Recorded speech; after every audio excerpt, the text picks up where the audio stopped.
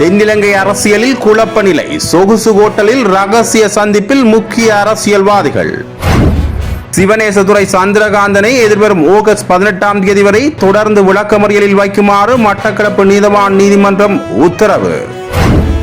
Johnson பெர்னாண்டோவுக்கு எதிரான 5 ஊழல் வழக்குகள் ஆரம்பமாகும் அதிரடி விசாரணை. செம்மணியில் மேலும் 4 மனித எலும்பு கூடுகள் அடையாளம். மஹிந்த அரசாங்கத்தின் முன்னாள் எம்பிக்கு எதிராக சிஐடியில் முறைப்பாடு. எல் நினோ வலயத்தின் தாக்கம் தொடர்ந்தும் அதிர்வலைக்குள் இலங்கை. விகாரைகளையும் வழிபாட்டு தலங்களையும் குற்றம் சுமத்தாமல் காணிகளை ஒதுக்குங்கள். நாமல் ராஜபக்ச மீண்டும் எச்சரிக்கை.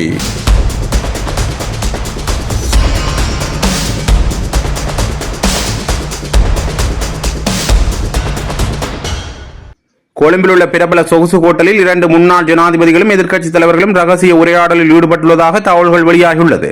முன்னாள் வெகுஜன அமைச்சகத்தின் செயலாளர் அனுஷா பல்பிட்டாவின் மகனின் திருமணத்தில் இந்த சந்திப்பு நடைபெற்றுள்ளது. இந்த முக்கிய நிகழ்வு கொழும்பில் உள்ள சொகுசு ஹோட்டலில் நடைபெற்றுள்ளது. இந்த சந்திப்பில் முன்னாள் ஜனாதிபதிகளான ரணில் விக்ரமசிங்கே மற்றும் கோடபாய ராஜபக்ச, நாடாளுமன்ற உறுப்பினர் நாமல் ராஜபக்ச, முன்னாள் அமைச்சர் அனுர பிரியதர்சன ஜாப்பா மற்றும் அரசாங்க தகவல் திணைக்களத்தின் முன்னாள் பணிப்பாளர் தினித் சிந்திக கருணாரத்ன ஆகியோர் உரையாடலில் ஈடுபட்டுள்ளனர். இருப்பினும் இந்த சந்திப்பில் கலந்துரையாடப்பட்ட விடயங்கள் குறித்து இதுவரை எந்தவித தகவல்களும் வெளியாகவில்லை என தெரிவிக்கப்படுகிறது. பயங்கரவாத தடுப்பு சட்டத்தின் கீழ் கைது செய்யப்பட்டுள்ள முன்னாள் ராஜாங்க அமைச்சர் சிவனேசதுரை சந்திரகாந்தனை எதிர்வரும் ஆகஸ்ட் 18ஆம் தேதி வரை தொடர்ந்து விளக்கமறியலில் வைக்குமாறு மட்டக்களப்பு நீதவான் நீதிமன்றம் நேற்று உத்தரவிட்டது. மட்டக்களப்பு நீதவான் நீதிமன்ற நீதிபதி தர்ஷினி முன்னிலையில் நடைபெற்ற விசாரணையின் போது சந்திரகாந்தன் நிகழ்நிலை ஊடாக ஆஜர்படுத்தப்பட்டார். அவருக்கு எதிராக தாக்கல் செய்யப்பட்டுள்ள வழக்குகள் விசாரணைக்கு எடுத்துக் கொள்ளப்பட்டதுடன் அவரது சார்பில் 2 சட்டத்தரணிகள் முன்னிலையாகினர். 2008ஆம் ஆண்டு மட்டக்களப்பு மாவட்டத்தின் பல்வேறு பகுதிகளில் இடம்பெற்ற 5 கொலை சம்பவங்கள் தொடர்பில் முன்னாள் ராஜாங்க அமைச்சர் சிவனேசதுரை சந்திரகாந்தன் உள்ளிட்ட சந்தேக நபர்களுக்கு எதிராக குற்றப்புலனாய்வு திணைக்களம் வழக்கு தாக்கல் செய்துள்ளது. இவ்வழக்கு கடந்த ஜூன் 15ஆம் தேதி நீதிமன்றத்தில் தாக்கல் செய்யப்பட்டிருந்தது. இவ்வழக்கில் 3வது சந்தேக நபராக பெயரிடப்பட்டுள்ள சந்திரகாந்தன் 5 கொலை சம்பவங்கள் தொடர்பான 3 குற்றச்சாட்டுகள் மற்றும் கல்லடி பகுதியில் உள்ள காணி தகராறு தொடர்பான வழக்கில் நேற்று நிகழ்நிலை ஊடாக ஆஜர்படுத்தப்பட்டார். சாட்சியங்களும் நீதிமன்றத்தில் முன்னிலையாகிய நிலையில் விசாரணை முன்னெடுக்கப்பட்டது. நேற்றைய தினம் பிள்ளையான் தனது தாய் தந்தையரை பார்ப்பதற்கான அனுமதி கோரிய விண்ணப்பம் ஒன்றை சமர்ப்பித்திருந்தார். இதேபோன்று தமக்கான உணவு சிறைச்சாலைக்கு வரும்போது முன்னெடுக்கப்படும் சோதனை செயல்பாடுகளினால் தமது கட்சியாளர் உணவினை பெற்றுக் கொள்வதில் சிரமங்களை எதிர்கொள்வதாக மன்றின் கவனத்திற்கு கொண்டுவரப்பட்ட நிலையில் அது தொடர்பில் சிறைச்சாலை நடைமுறைகளை பின்பற்றி அவருக்கு செயல்பாடுகளை முன்னெடுக்குமாறு நீதிபதியினால் வலியுறுத்தப்பட்டது. இந்த விசாரணையின் போது பாதுகாப்பு காரணங்களையும் நீண்ட தூரத்தில் இருந்து அழைத்து வருவதில் உள்ள சிரமங்களையும் சுட்டிக்காட்டி சந்திரகாந்தனை மட்டக்களப்பு சிறைச்சாலைக்கு மாற்றுமாறு சந்திரகாந்தன் தரப்பு சட்டத்தரணிகள் கடந்த வழக்கின் போது நீதிமன்றத்தில் சமர்ப்பணம் ஒன்றை செய்திருந்தனர்.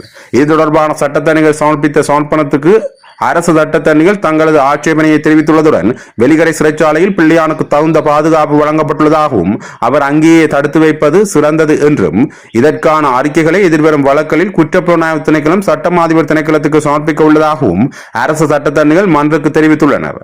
குற்றப்புலனாய்வு திணைக்களத்தின் தகவலின்படி 2008ஆம் ஆண்டு T56 ரக துப்பாக்கிகள் பயன்படுத்தி மேற்கொள்ளப்பட்டதாக கூறப்படும் கொலை சம்பவங்கள் தொடர்பில் விசாரணைகள் முன்னெடுக்கப்பட்டு வருகின்றன.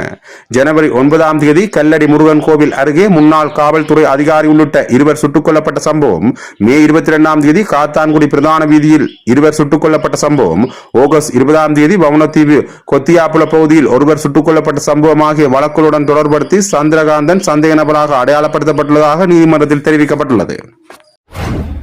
முன்னாள் அமைச்சர் ஜோன்சன் பெர்னாண்டோ உள்ளிட்ட 3 எதிராக தாக்கல் செய்யப்பட்ட 5 வழக்குகளை மீண்டும் விசாரிக்குமாறு மேன்முறையீட்டு நீதிமன்றம் உத்தரவிட்டுள்ளது. கூட்டுறவு மொத்த விற்பனை சங்கத்தின் ஊழியர்களை அரசு பணியுடன் தொடர்பில்லாத நடவடிக்கைகளில் ஈடுபடுத்தி அவர்களுக்கான சம்பளம் மற்றும் மேலதிக நேர கொடுப்பனவுகளை அரசு பணத்தில் வழங்கியதன் மூலம் அரசுக்கு சுமார் 60 மில்லியன் ரூபாய் நட்டம் ஏற்படுத்தியதாக கூறப்படும் வழக்குகள் தொடர்பில் இந்த மனுக்கள் தாக்கல் செய்யப்பட்டன. இந்த 5 வழக்குகளும் உயர்நீதிமன்றத்தில் மீள விசாரணைக்கு எடுத்துக் கொள்ளப்பட வேண்டும் என 5 அடங்கிய மேன்முறையீட்டு நீதிமன்ற நீதியரசர் குழு நேற்று உத்தரவிட்டது. நீதியரசர்களான குமாரரத்னம், தமித் தொட்டவத்த, திசாநாயக்க, பிரியந்த பெர்னாண்டோ மற்றும் பிரேம் சங்கர் ஆகியோர் அடங்கிய அமர்வே இந்த உத்தரவை பிறப்பித்தது. அத்துடன் வழக்குகளில் ஒன்றில் முன்னாள் அமைச்சர் ஜோன்சன் பெர்னாண்டோவை விடுதலை செய்து வழங்கியிருந்த தீர்ப்பையும் மேன்முறையீட்டு நீதிமன்றம் ரத்து செய்துள்ளது. வழக்கின் தொடக்கத்தில் பாதுகாப்பு தரப்பு முன்வைத்த ஆரம்ப எதிர்ப்பை ஏற்று குற்றம் சாட்டப்பட்டவர்களை விடுதலை செய்த நீதிமன்றத்தின் தீர்ப்பு மறு ஆய்வுக்கு உட்படுத்தப்பட வேண்டும் என்று நீதிமன்றம் தெரிவித்துள்ளது. இவ்வழக்குகள் தொடர்பாக லஞ்சம் அல்லது ஊழல் விசாரணை ஆணைக்குழுவும் குற்றஞ்சாட்டப்பட்டவர்களின் சட்டத்தரணிகளும் தாக்கல் செய்திருந்த 5 மேன்முறையீட்டு மனுக்களையும் பரிசீலித்த பின்னரே இந்த தீர்ப்பு வழங்கப்பட்டது. சுமார் 16 ஆண்டுகளுக்கு முன்பு இடம்பெற்றதாக கூறப்படும் இந்த சம்பவம் தொடர்பாக முன்னாள் அமைச்சர் ஜோன்சன் பெர்னாண்டோவுடன் சதோசா முன்னாள் தலைவர் எராஜ் பெர்னாண்டோ மற்றும் முன்னாள் பணிப்பாளர் முகமது சகீர் ஆகியோருக்கும் எதிராக தாக்கல் செய்யப்பட்டுள்ள அனைத்து வழக்குகளும் இனி மீண்டும் விசாரணைக்கு உட்படுத்தப்பட உள்ளன. செம்மணி புதைகுழியில் முன்னெடுக்கப்பட்டு வரும் அகழ்வாய்வு பணிகளின் 43வது நாளான நேற்று மேலும் 4 மனித எலும்புக்கூடுகள் புதிதாக அடையாளம் காணப்பட்டுள்ளதாக அகழ்வாய்வு குழுவினர் தெரிவித்துள்ளனர். அதேவேளை ஏற்கனவே அடையாளம் காணப்பட்டிருந்த 2 எலும்புக்கூடுகள் முழுமையாக அழிந்தெடுக்கப்பட்டுள்ளதுடன் மேலும் ஒரு மனித எலும்புக்கூடு தொகுதியும் கண்டறியப்பட்டுள்ளது. செம்மணி புதைகுழியில் 1ஆம் 2ஆம் மற்றும் 3ஆம் கட்டங்களாக இதுவரை 97 நாட்கள் அகழ்வாய்வு பணிகள் முன்னெடுக்கப்பட்டன. இதுவரை மொத்தமாக 483 மனித எலும்புக்கூடுகள் அடையாளம் காணப்பட்டுள்ள நிலையில் அவற்றில் 481 எலும்புக்கூடுகள் முழுமையாக அழிந்தெடுக்கப்பட்டுள்ளதாக அதிகாரிகள் தெரிவித்துள்ளமை குறிப்பிடத்தக்கது. அரியாலை செம்மணி சித்துப்பாத்தி மனித புதைகுழி வழக்கு 3ஆம் கட்டம் சிறு இடைவெளிக்கு பிற்பாடு 43ஆம் நாள் அகழ்வு பணி இன்று காலை 8 மணிக்கு யாழ் நீதவான் எஸ் லெனின்குமார் அவர்கள் முன்னிலையில் எடுத்துக்கொள்ளப்பட்டது. பேராசிரியர் ராஜ் சோமதேவ, சட்ட வைத்தியாரி செல்லியா பிரடவன் அவர்களின் தலைமையில் சோகோ போலீசாருடன் இந்த அகழ்வு பணி ஆரம்பிக்கப்பட்டது. இன்று புதிதாக 4 மனித எச்சங்கள் அடையாளப்படுத்தப்பட்டன. அதிலிருந்து 2 முழுமையான மனித எண்பு தொகுதிகள் அகழ்ந்தெடுக்கப்பட்டதோடு ஒரு மனித எண்பு குவியல்களும் அதிலிருந்து அகழ்ந்தெடுக்கப்பட்டிருக்கிறது. அக்யூமுலேஷன் 39 என்று சொல்லப்படுகின்றது. அதே நேரம் உங்களுக்கு தெரியும் 467வது இலக்க மனித எண்பு தொகுதி மழை அங்கியுடன் காணப்பட்டது. இன்று அகழ்ந்தெடுக்கப்பட்டிருக்கிறது. அதிலிருந்து பிற சான்று பொருட்களாக பட்டனும் அதோடு மழை அங்கியோடு காணப்பட்ட பொத்தான் ஒன்றும் சப்பாத்து சொக்ஸ் ஒரு சோடியும் மழை அங்கியும் சான்று பொருளாக எடுக்கப்பட்டிருக்கின்றது. அதே நேரம் இந்த 3ஆம் கட்ட அகழ்வு பணிக்கு 2,22,50,000 ரூபா காசு ஒதுக்கப்பட்டு இந்த அகழ்வு பணி நடைபெற்று கொண்டிருக்கின்றது. இந்த 44ஆம் நாள் அகழ்வு பணி நாளை தொடர்ந்து நடைபெறும். இந்த 3ஆம் கட்ட அகழ்வு பணி 56 நாள் நிதி ஒதுக்கீடு செய்யப்பட்டு இது தொடர்ந்து நடைபெற இருக்கிறது. அத்தோடு நாளை திறந்த மன்றில் இந்த வழக்கு அழைக்கப்பட இருக்கின்றது. இதோடு பங்கு பெற்றினர் சம்பந்தமான ஒரு கலந்துரையாடல் ஒன்று பிற்பகல் 3:30 மணி அளவில் நடைபெற இருக்கின்றது. இதில் ஆர்வமுள்ள சட்டத்தரணிகளும் பங்கு பெற்றினர்களும் அழைக்கப்பட்டிருக்கின்றார்கள். இந்த அகழ்வு பணி நாளை தொடர்ந்து நடைபெறும். அவர்கள் இன்று பேராசிரியர் ராஜ் சோமத் அவர்கள் அது சம்பந்தமாக பார்த்து அது சம்பந்தமாக ஆய்வு செய்வதற்காக அது ஆய்வுப் பொருட்களாக எடுக்கப்பட்டிருக்கின்றன. ஆய்வுகளின் பிற்பாடு அது சம்பந்தமாக கூறக்கூடியதாக இருக்கும். அது சம்பந்தமான ஆய்வு நாளை தான் அது சம்பந்தமான ஆய்வுகள் செய்வதற்கான அறிவுறுத்தல்கள் கௌரவ மன்றாலே வழங்கப்பட இருக்கும் என்று நம்புகிறோம். எல் நினோ காலநிலை தாக்கத்துடன் வலுப்பெற்று வரும் தென்மேற்கு பருவமழை காரணமாக இலங்கையில் சுமார் 2,50,000 பேர் கடுமையான பாதிப்புக்கு உள்ளாகும் அபாயம் இருப்பதாக அரசாங்கத்தின் மதிப்பீடுகளை மேற்கோள் காட்டி இலங்கை செஞ்சிலுவை சங்கம் வெளியிட்டுள்ள புதிய அறிக்கையில் தெரிவிக்கப்பட்டுள்ளது. அதேவேளை இந்த பருவமழை நிலைமையால் குறைந்தபட்சம் 1,50,000 பேர் நேரடியாக பாதிக்கப்படும் அபாயம் காணப்படுவதாகவும் அந்த அறிக்கையில் குறிப்பிடப்பட்டுள்ளது.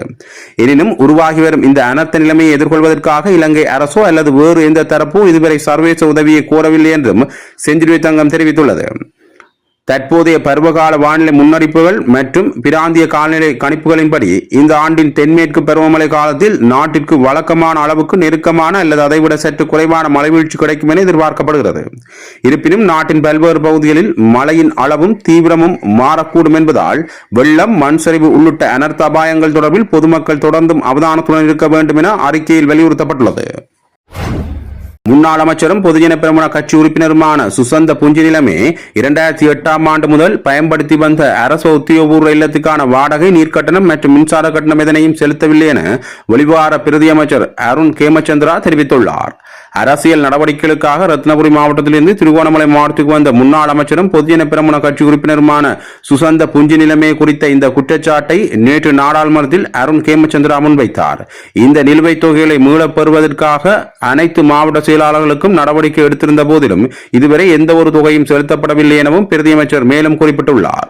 இதனால் இது தொடர்பான அனைத்து ஆவணங்களும் மேலதிக விசாரணைகளுக்காக குற்றப்புலனாய்வு திணைக்களத்திற்கும் அரச கணக்குகள் பற்றிய குழுவான கோபா குழுவிற்கும் ஒப்படைக்கப்படும் எனவும் அவர் சுட்டிக்காட்டியுள்ளார். மேலும் முன்னாள் மாநசபை உறுப்பினராக இருந்த பிரியந்த பத்திரன பிரேமகுமார என்பவருக்கும் பேதுரு கொட்டுவ பகுதியில் அரச உத்தியோகபூர்வ இல்லம் வழங்கப்பட்டிருந்ததாகவும் அதற்கான வாடகை எதுவும் செலுத்தப்படவில்லை என்றும் கூறியுள்ளார். கடந்த காலங்களில் ஆட்சியில் இருந்த அனைத்து அரசாங்கங்களும் திருட்டு, மோசடி மற்றும் ஊழல்களுக்கு இடமளித்து அவற்றை கண்டுகொள்ளாமல் இருந்ததாகவும் அரசு அதிகாரிகள் தமது கடமைகளை நிறைவேற்ற முயன்ற போதிலும் அரசியல் அதிகாரம், ஊழல் மற்றும் மோசடிகளில் ஈடுபட்டதாகவும் பிரதியமைச்சர் குற்றம் சாட்டியுள்ளார். இலங்கை பொதுஜன பெரமுனவின் தேசிய அமைப்பாளரும் நாடாளுமன்ற உறுப்பினருமான நாமல் ராஜபக்ச நேற்றைய தினம் நாடாளுமன்றத்தில் உரையாற்றுகையில் அரசை கடுமையாக விமர்சித்து பேசியிருந்தார். அவர் பேசிய கருத்துக்கள் வருமாறு: பொலிஸ் மா அதிபர் பிரியந்த வீரசூரிய அரசியல்வாதிகளின் வாக்குறுதிகளை நம்பி ஏமாறக்கூடாது எனவும் அரசியல்வாதிகள் வீசும் கயிறுகளை விழுங்க வேண்டாம் எனவும் கேட்டுக்கொண்டார். கடந்த காலத்தில் அரசியல் கட்சிகளுடன் இணைந்து செயல்பட்ட பொலிஸ் மா அதிபர்களுக்கு என்ன நடந்தது என்பதை நினைவில் கொள்ளுமாறு சுட்டிக்காட்டினார். சூறாவளியின் போது அளிக்கப்பட்ட நிவாரண வாக்குறுதிகள் இன்னும் நிறைவேற்றப்படவில்லை எனவும் குற்றம் சாட்டினார். ஆபத்தான பகுதிகள் என அறிவிக்கப்பட்டு வெளியேற்றப்பட்ட மக்களை மீண்டும் அதே இடங்களுக்கு திருப்பி அனுப்பியதால் தற்போதைய மழைக்காலத்திலும் அவர்கள் மீண்டும் பாதிக்கப்பட்டுள்ளதாக கேள்வி எழுப்பினார். இயற்கை சீற்றங்களாலும் பாடத்திட்ட சிக்கல்களாலும் உயர்தர பரீட்சைக்கு தோற்றும் மாணவர்கள் கூடுதல் மன அழுத்தத்துக்கு ஆளாகியுள்ளனர் என்றும் அவர் தெரிவித்துள்ளார். உரம் மற்றும் நெல்லுக்கான உத்தரவாத விலை கிடைக்காததால் விவசாயிகள் தொடர்ந்தும் போராடி வருகின்றனர். உரத்தை கருப்பு சந்தையில் அதிக விலைக்கு வாங்க வேண்டிய நிலையும் ஏற்பட்டுள்ளது என்றும் அவர் சுட்டிக்காட்டியுள்ளார். நெல் அறுவடை காலங்களில் அரிசியை இறக்குமதி செய்வதால் உள்ளூர் விவசாயிகள் பெரிதும் பாதிக்கப்படுகின்றனர். நிவாரண உதவிகள் வழங்குவதை பற்றி நாடாளுமன்றத்தில் பேசப்பட்டாலும் ஒதுக்கப்பட்ட 100 பில்லியன் ரூபாயில் எவ்வளவு தொகையில் உண்மையில் மக்களை சென்றடைகின்றது என்பது கேள்விக்குறியாகவே உள்ளது. அரச நிறுவனங்களை பலப்படுத்துவதாக கூறினாலும் இணையவழி திருட்டுகளில் ஈடுபடுபவர்கள் நிதியை திருடிவிட்டு தப்பித்து வருவதாக குற்றம் சாட்டியுள்ளார். பாதிக்கப்பட்ட மக்களுக்கு நிலங்களை ஒதுக்கும் போது விகாரைகளையும் வழிபாட்டு தலங்களையும் குற்றம் சுமத்தாமல் மத தலைவர்களுடன் கலந்துரையாடி தீர்வு காண வேண்டும் எனவும் அவர் இதன்போது சுட்டிக்காட்டியிருந்தமை குறிப்பிடத்தக்கது.